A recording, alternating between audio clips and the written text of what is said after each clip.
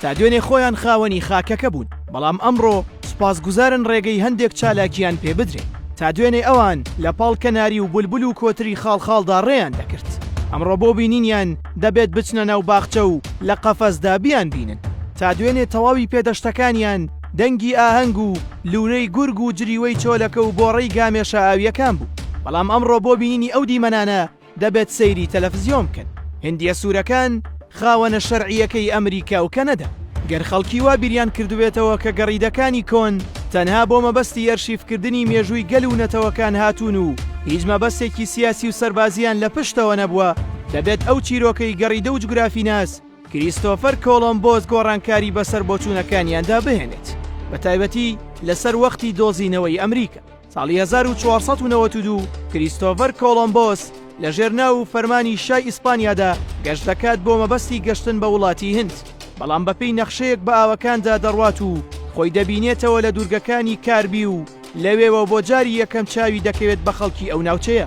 پیاوان و ژنانی خێڵی ئاوراگ ڕوت و تاوەسون سەرسام بوون و ڕوە و کەناری ئاوەکە ڕۆشن و لەوێ کۆبوونەوە بۆ بینینی ئەو کەشتیانەی کە لەنگەریان گرتووە. کریستۆفەر کۆلۆمبۆس لە نامەیەکیدا بۆ پادشای ئیسپانیا ئاماژە بۆ دەکات و دەڵێت ئەوان کە هاتن کۆمەڵێک بە بەغا و گڵۆڵەی بەم و ڕێسرا و ڕمیان لەلا بوو وەڕوە و ئێمە هاتن، ئەوان خەڵکێکی بەهێز و پتەون، باڵایان ڕێک بوو، نەیان دەزانی چەک چییە، چونکە کاتێک شمشێرەکانمان نزیک کردەوە یەکێکیان نوکی شمشێرەکەی گرت و دەستی بڕی. ئەوان ڕەمەکانی خۆیان لە قامیش دروست کردبوو ئاسنیان نەدەناسی، وە ئێمە دەتوانین بە سوپایەکی کەمەوە بیانگرین. کۆلۆمبۆس کە گەڕایەوە بۆ ئیسپانیا و هەواڵی دۆزینەوەی ناوچەیەکی بە پادشای ئیسپانیا ڕاگەیاند. دواتر فەڕەنسیەکان لە پاڵ هەندێک وڵاتی تر چەندین کەشتیان بەرەو ناوچەکە بەڕێ کرد. فەڕەنسا و ئیسپانیا کە ئەو کات لە شەڕکردن لە ناوچەکانی ڕۆژهەڵاتی ناوەڕاست تووشی شکست بوو بوون، بڕیاریاندا بگەڕێنەوە و ڕۆ و ئەو کیشوەرە بچن کە دۆزیویانەتەوە.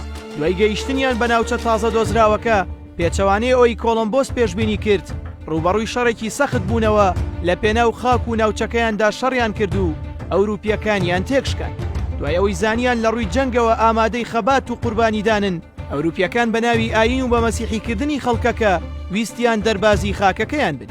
بۆیە بە وێنە و پەیکەرەکانی عیسا و خاچەوە ڕوە و ناوچەکانیان ڕۆشتن. ئەو کات ژمارەی هۆزەکان لە هیندیە سوورەکان زیاتر بوو لە 50 هۆز، بەڵام یەکەم جار لەگەڵ هۆزی بلی بووسکۆ بوونەوە. کلۆد لیڤی شتراوسی ئەنترۆپۆلۆجیست دەڵێت کاتێک ویستیان هیندیە سوورەکان لە شەیتان دوور بخەنەوە و بیان هێنن بۆ ناو مەسیحیەت، ئەوە دوای بانگەوازەکە و گەیشتنیان بە ناوچەکە خۆیان بوون بە شەیتانی سپی پێسلێن. دوای گەیشتنی ئەوروپیەکان بە خاکی ئەمریکا دەستیان کرد بە شەڕکردن لەگەڵ دانیشتوانە ڕەسەنەکە. ساڵی 1649 پاپا بۆ ڕەوایەتیدان بەگرتنی ناوچەکە فەرمانی دەرکرد کە هەر کەسێک دژی کەنیسە بێت دەبێت بکوژێت. لە مێژوودا ئەو فتوایە بەهار تیفە ناسراوە، بۆیە بە ناوی ئاینەوە شەڕی داگیرکاریان درێژە پێدا و بەشێک لە ژنەکانیان هێنا و زۆرینەی پیاوەکانیان کوشت و خاکەکەشیان پارچە پارچە کرد لە نێوان خۆیاندا. بە جۆرێک بەپەی هەندێک سەرچاوە 100 جونیەی ئیستەرلینی دەدرا بە هەر کەسێک کە سەری پیاوێکی لە هەندیە سوورەکان بۆ بهێنایە، و بۆ ژن و منداڵیش 50 جونیە. ئەم بەرتیل و بەخشینە بۆ کوشتن و ناکۆکی خستنە نێوانیان نوێترین شەڕێک بوو کە سپی پێستەکان بەرامبەر هەندیە سوورەکان پێیان کردن و بەکاریان هێنا. دواتر خاکەکەیان دابەش کرد لە نێوان بەریتانیا و فەڕەنسا و ئیسپانیادا و چەند وڵاتێکی تریش. ساڵی 1655 هەردوو باڵی مەسیحیەت، پرۆستانت و کاسۆلیک دەستیان کرد بە شەڕ و ماوەیەک داگیرکاریەکەیان وەستاند. پاشان دەستیان پێکردەوە. بەهۆی بەرگری هەندیە سوورەکان لە خاکەکەیان ئەوروپیەکان چەندان نەخۆشی و ڤایرۆسی دەستکردیان لە ناویاندا بڵاو کردەوە. لەناو ئەوانەشدا تاعون، کۆلێرا، مەلاریا، سەرنجام بە ملیۆنان کەسیان لەناو برد. ساڵی 1632 ئەو وڵاتە بوو بە 13 ویلایەت یان ئالیەت و لەژێر دەسەڵاتی بەریتانیا دامایەوە. ساڵی 1676 ئەمریکەکان بڕیاریاندا لە بەریتانیا جیا ببنەوە و ڕاگەیاندراوێکیان بە ناوی ڕاگەیاندراوی سەربەخۆیی بڵاو کردەوە. دوای شەڕێکی درێژخایەن ئەمریکا سەربەخۆیی بەدەستهێنا. ساڵی 1885 سەرۆکی ئەمریکا لە واشنتنەوە نامەیەکی ئاراستەی سیاتڵی سەرۆکی هندیە سوورەکان دەکات بۆ کڕینی خاکەکەی، بەڵام سیاتڵ بەو جۆرە وەڵامی نامەکە دەداتەوە: بەڕێز سەرۆکی گەورە، چۆن دەتوانن کڕین و فرۆشتن بە ئاسمان و گەرمایی زەویەوە بکەن؟ ئەو بیرکردنەوانە بە ئێمە نامۆن.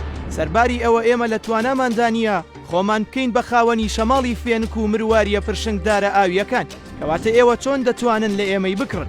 ئێمە بڕیار لە کاتی خۆی داوەردەگرین، بەڵام ئەوەی پێیوەستە بە گەلەکەمەوە ئەوەیە هەربستە خاکێک کە لەسەری دەژین لەلایەن پیرۆزە، هەر پارچەنانێک تیشکێکە و هەر کەنارێکی لماوی و هەر تەم و مژێک کە دەچێتە ناو چڕی درەختەکان، هەر مێروویەک چەندیش بچووک بێت لە بیرەوەری گەلەکەمدا گەورە و پیرۆزە. ئێمە دەزانین کە پیاوی سپی بە بیرکردنەوە و تێڕوانینی ئێمە ڕازی نین، چونکە بۆ ئەو هەر پارچە زەویەک وەک یەک وایە و دوای داگیرکردنی دەچێت بۆ پارچەیەکی تر. ئەو نامۆیە بەو زەویەی کە لە نیوەی شەوێکدا پێی گەیشتووە و دادگایی کردووە. ئەوەی لای ئەو هەیە ئەوەیە کە خاک نەگەیشتۆتە ئاستی دایک، بۆ ئەو زەوی وەک دوژمنێک وابوو کە داگیریان کرد.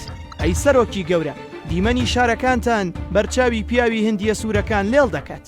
لە شاری پیاوە سپیەکاندا شوێنێکی ئارام نییە، شوێنێکی تێدا نیە چێژی تێدا وەرگری لە بینینی دار و درەختەکانی بەهار و بیستنی فڕکەی مێرووەکان، کەواتە دەبێت جوانی مانای چی بێت کە نەتوانیت ئێواران گوێ لە ناڵەی باڵندەی شەو بگری یان گوێ لە بۆقی ناو زەرکاوەکان بگری. پیاوی هەندیە سوورەکان ئارەزووی شەماڵێکی هێواش دەکات کە لە ڕووی ئەو دەدات و گۆنای ماچ دەکات. ئارەزووی بۆنی ئەو باە دەکات کە تێکەڵە بە بۆنی ئێواران. هەموو زیندەوەرانی سەر زەوی هەناسە لە نێوان خۆیاندا دابەش دەکەن، بەڵام پیاوی سپی هەست بەوە ناکات. پیاوی سپی گیرۆدەیە بەدەست بۆن و بۆگەنەوە. بەڕێز سەرۆکی گەورە، گەر لە داهاتوودا ڕازی بوون ئەوە پێویستە مەرجێک دابنێم کە دەبێت ببێتە پەیمانی شەرەف بۆ ئەوەی مامەڵەکردنت لەگەڵ ئاژەڵەکان وەک مامەڵەکردن بێت لەگەڵ براکان. من ئازار لە کوژرانی زیندەوەران دەبینم کە پیاوی سپی لە شەمەندەفەرێکەوە تەقەی لێ کردووە. ئێمە هیچ ناکوژین، تەنها لە حاڵێکدا نەبێت زۆر برسیمان بێت. سەرۆک، دەبێت چارەنووسی مرۆڤ چۆنێک بێت کاتێک هیچ ئاژەڵێک بوونی نامێت. مرۆڤ دەمرێت کاتێک ڕۆحی کێوی دەبێت. گەر ڕۆژێک ئێمە ڕازی بووین تەنها بۆ ئەوەیە بەشێکمان بمێنینەوە و پەیڕەوی لە نەریتەکانمان بکەین. ئەگەر ڕۆژێ ئێمەش نەماین ڕۆحمان بەسەر جیهانەوە دەمێنێتەوە و یادگاریەکانمان ئازارت دەدا. ئەمە و چەندین پەیوی تر لە ئێستادا وەک میراتێک لە ئەمریکا پارێزراون و هەندیە سوورەکان لە ئێستادا ژمارەیەکی زۆر کەمیان ماوەتەوە لە خاکی ڕەسەنی خۆیان کە ئەمریکا و کەنەدایە. بوونە بەشێکی زۆر بچووک لە ملیۆنان کەسەوە و لە شارەکانی ئەمریکا و ئەوروپادا دابەش بوون. مارلۆن برانۆ ئەکتەری دیار کە ڕۆڵی گێڕا لە فیلمی گاد فازە و توانی خەڵاتی ئۆسکار بباتەوە وەک باشترین ئەکتەر، بەڵام ئامادەی وەرگرتنەکەی نەبوو لە شوێنی خۆی خانمێکی وەک نوێنەری هەندیە سوورەکان نات. دەوێ پەیامی مارلۆنی خوێندەوە وتی سینەمای هۆلیوود بەردەوام کار لەسەر ناشرینکردنی هەندیە سوورەکان دەکات و وا دەکات جیهان بە چاوێکی سووک سەیریان بکات. دوای ئەو وتارە سینەمای هۆلیوود ڕوبەڕووی شەرمەزاریەکی گەورە بوویەوە، پاشان گۆڕانکاری بەسەر سیاسەتی سینەمایی خۆی داهێنا.